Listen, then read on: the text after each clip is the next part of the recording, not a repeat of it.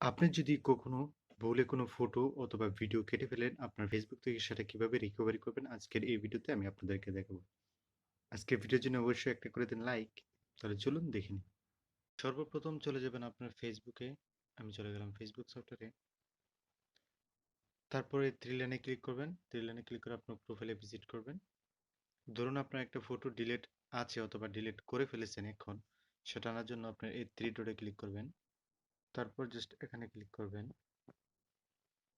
তারপর আপনার এই যে উপরে এই বাটনটাতে ক্লিক করবেন। তারপরে এখানে দেখুন অনেক আমার কাছে একটি লিঙ্ক এবং একটি ভিডিও আছে, এটা শেয়ার করেছিলাম, লাইভ করেছিলাম, সেটা কিন্তু চলে আসছে। তো তারপর আপনারা কি করবেন, এটা মূলত 30 দিন থাকে, 30 দিনের পরে কিন্তু আর হবে না। তো এইভাবে সিলেক্ট করবেন যেটা আপনি ফেরত আনতে চান। তারপরে এটাতে ক্লিক করলে কিন্তু এটা আবার ফেরত চলে আসবে। তো এখানে দেখুন আপনার প্রোফাইল এটা শো করবে। তো আপনারা ইয়েসে ক্লিক করে দিলে কিন্তু এটা অটোমেটিকলি চলে যাবে।